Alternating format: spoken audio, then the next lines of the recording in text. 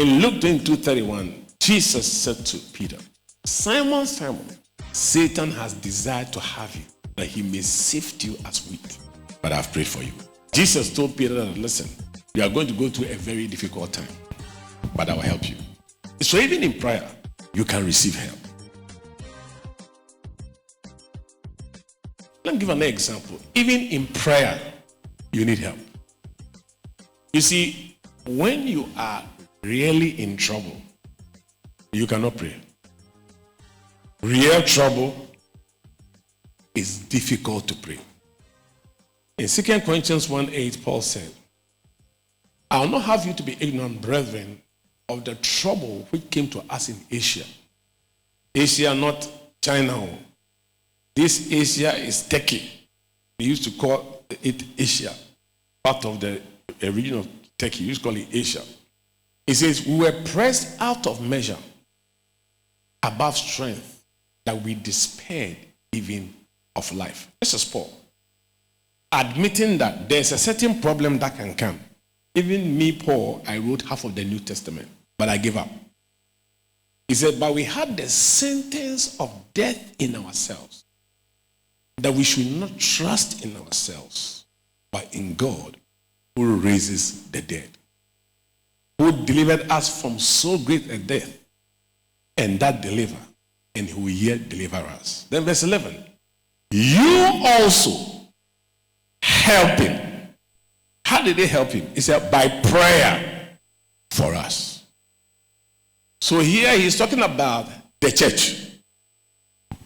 And he was saying that when he was at a low point where he could not even pray, you can ask others to pray for you and support you. So even in prayer, you can receive help. You know, I like how Jesus prayed for Peter. In Luke 22:31, Jesus said to Peter, Simon, Simon, Satan has desired to have you, that he may sift you as wheat. But I've prayed for you. You know, he said, I will help you in prayer, that your faith fail not. And when thou art converted, he says, strengthen your brethren. Jesus told Peter that, listen, you are going to go through a very difficult time, but I will help you.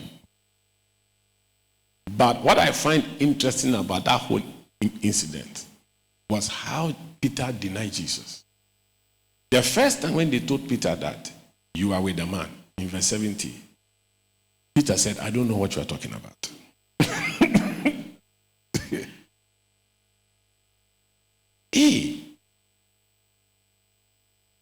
Then another maid came and said, you were with the man.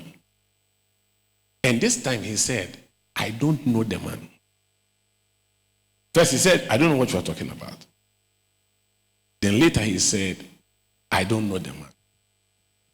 Then when another maid came the third time, the Bible says, Peter began to curse and swear, I know not the man. You see, he was just going further and further away. So even in prayer, we need help. Thanks for watching. Today, we learned that when you're too weary to pray, asking others to intercede isn't weakness. It's wisdom. Don't miss the next episode tomorrow. Before we go, here's a praise report to boost your faith. Swollen leg miraculously healed. Dear Kakra, I was involved in a serious workplace accident when a forklift knocked me down and its tires ran over my right leg. I was rushed to the hospital where doctors placed my leg in a cast. However, even after a week, the swelling had not reduced and my condition remained unchanged. One day while watching your program on television, you announced a time of prayer for everyone facing a health challenge. In faith, I placed a cup of water near my phone as you prayed. Immediately after the prayer, I applied the water to my swollen leg. Within moments, the swelling completely disappeared. I was amazed. When I later returned to the hospital, my recovery had progressed so well that the cast was removed. To God be the glory.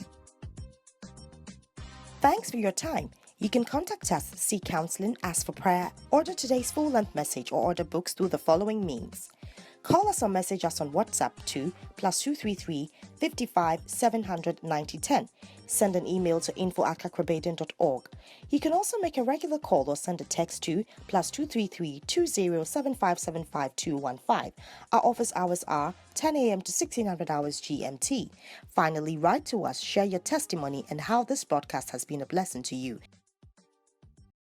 For continuous access to life transforming audio teachings by Kakrabaden, subscribe to Kakrabaden today on Patreon.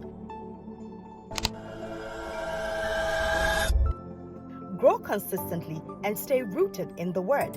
Join now at www.patreon.com/Kakrabaden.